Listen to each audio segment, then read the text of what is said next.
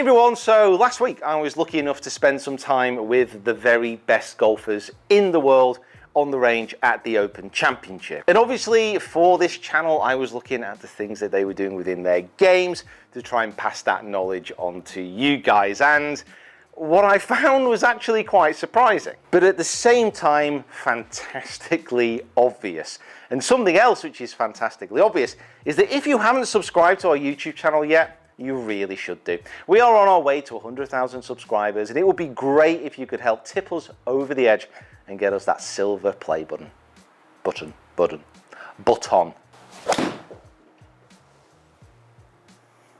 Oh, that is so well struck. There is something about Swing Quest videos, you know. Soon as we start to film, the middle of the club just becomes so much more apparent. And what I found is this. Generally speaking, as these golfers got to the driving range at the Open, all their preparation work had been done. So really, there was only a handful, especially of the very best players, who were still working on something technically within their golf swing. Mostly everyone there was just using these. Now these magic sticks, these are actually Colin Montgomery alignment sticks, surprisingly. I didn't actually see that many of these there, especially in Tiger's bag.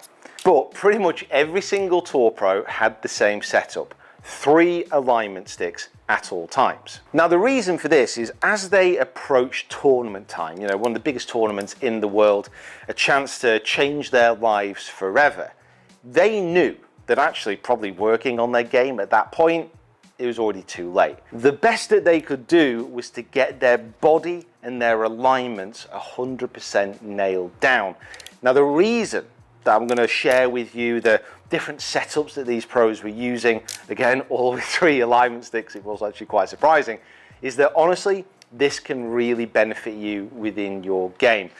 The reason I'm saying that is if you don't have lessons, for example, or your practice time is limited, the changes that you can make within your golf swing will probably be limited as well. However, if you can get yourself aligned correctly, if you can get your club going down to where you want the ball to finish, it can make huge differences.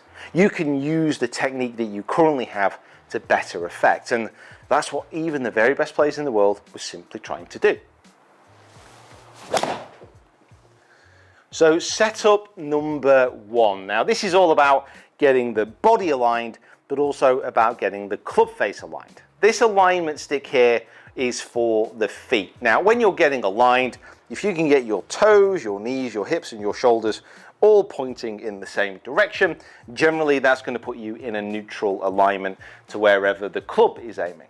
Now what a lot of players were doing, they were having 2 alignment sticks creating a path down towards their eventual target. Now the reason for that is if they got that club in the middle of these alignment sticks and they squared it off at a right angle to that path line, they could ensure that their club face was square at setup. And then very simply checking the target, squaring off the club, and just trying to get that path moving straight down the line. I hit it too far right. So setup number 2, and I'd probably say on average this was the most popular one I saw. Again, we have an alignment stick here for the feet. This is pretty much a constant because it's such a simple checkpoint to use. We have one of the path alignment sticks here sat on the outside of the golf ball, but the 3rd alignment stick is down along target line. Now, what a lot of the players were doing, very simply, getting set up, get everything squared off, getting the club face lined up to this front alignment stick, and then just trying to get the ball set off along the top of that front one. So it was just this little checkpoint that they were all pretty, absolutely stonking this. A little checkpoint that they were using to just try and get that ball started off nice and straight. And that leads us onto the 3rd one. Now, unfortunately, we don't have a grass range here at the indoor Swing Quest studio, so you're going to have to use a little bit of imagination here. What a lot of players were doing was having an alignment stick stuck in the ground ahead of where they were hitting. Now, it was never this close. Like, we're talking 20 feet, maybe 15 feet down the driving range. And what they were trying to do is set the ball out over the top of it, or to the right or to the left. Again, alignment stick down by the feet to try and get the body nice and aligned. Sometimes a coach would come in with a club just to make sure the shoulders or the knees or something else was all in sync. But the ball would be lined up with the alignment stick, which was down the range. And really simply put, they were just trying to get the ball again flying over it.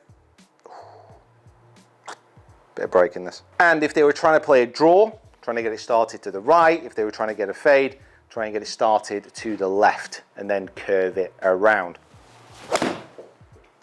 So if I could recommend for anyone to get some kind of training aid, it would be an alignment stick, or in this case 3, because it really can help you with some of the most fundamental things that you need to know within your golf swing. And as mentioned, if you're not practicing that often, getting these fundamental things correct can be a huge advantage. Something which could also be a huge advantage is if you continue your swing quest by checking out these videos here.